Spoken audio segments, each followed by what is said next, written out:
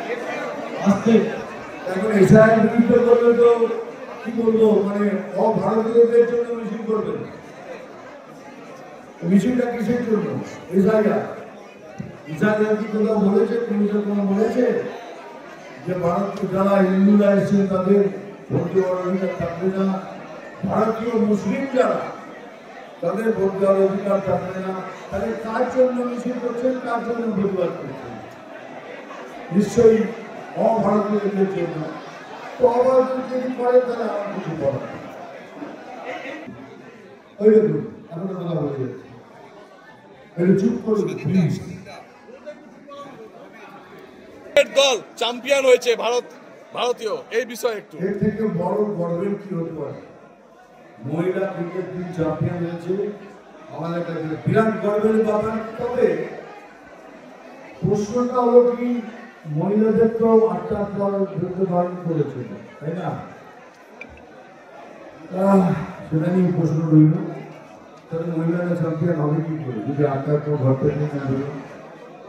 তো কথাটা হলো কি, বিজেপি এর পরে এখন কি বলছেন, ৮টার পরে মেয়েরা বেরোবে না, ৮টার পর ওরা চোর দুষ্টুরা ওরা বেরোবে, তাই তো? তো দয়া করে ৮টার পর বেরোবে। আমরা বলছি বিজেপি এর পরে মহিলারা ১২টা ১টা যখন চাইবেন তখন বাড়িতে যাবেন, আনন্দ করবেন, একসাথে বিচার দেখবেন।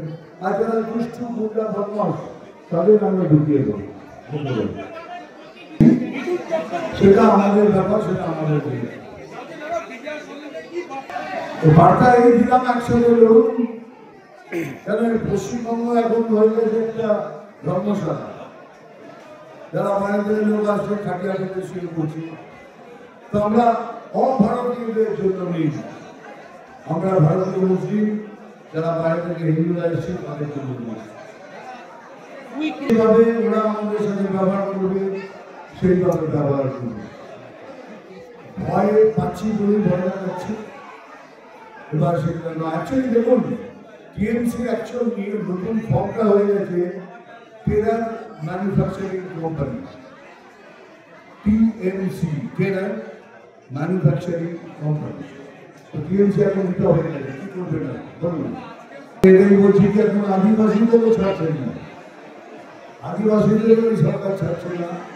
আমরা আদিবাসীদের সাথে আছি, আমরা মহিলাদের সাথে আছি, আমরা লড়বো। এইটা বলতে আছি, এভরি অ্যাকশন আর রিঅ্যাকশন।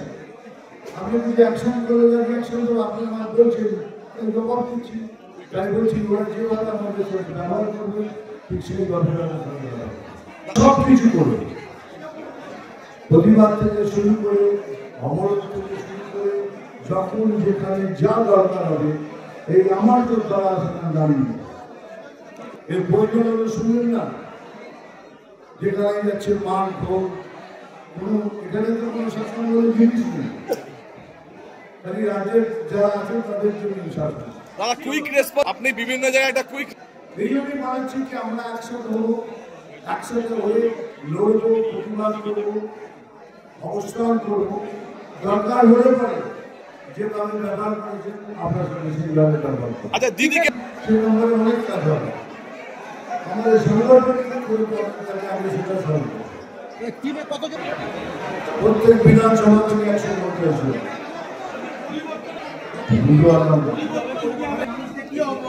পরিবর্তন তখনই হবে যেরকম অবস্থা হবে সেইভাবে পরিবর্তন হবে। তখন তার কথা তখন বলবো, এখন বলবো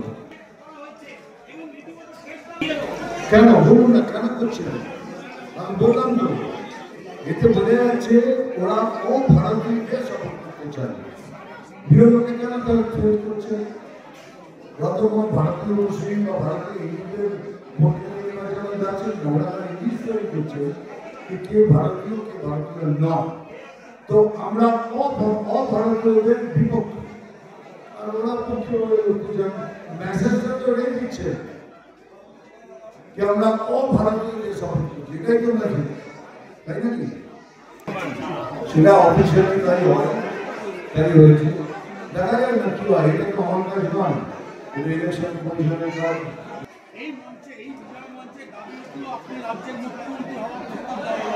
এসব বলে কোনো লাভ নেই। আমাদের পার্টিতে এসব হয় না। আমাদের পার্টিতে সবাই লড়ে, তারপরে যদি জিতে আসি তখন ডিসাইড করবে, যদি আমার ডিসাইড করে দাদা, ডিসাইড করে। আপনি কি দাঁড়াচ্ছেন পশ্চিমবঙ্গের কোন আসন থেকে দাঁড়াচ্ছেন?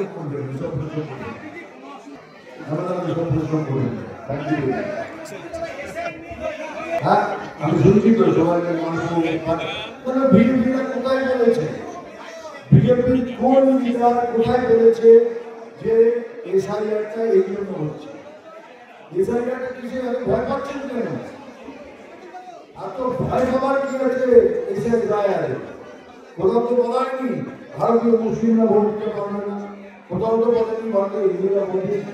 ভয় পাচ্ছেন কেন? ভয় পাচ্ছেন এই জন্য তোদের হাত থেকে ভুটুলে ভোট চলে যাবে, এই সর্বদলীয় যারা যে ভোট দিত তাদের ভোট বেরিয়ে যাবে। এইটাই হচ্ছে ভয়। আর সেটা যদি হয় তো ভয়ের তো কারণ হবে, তখন তো সেটা মুশকিল হয়ে যাবে। 2026-এ কি আশা?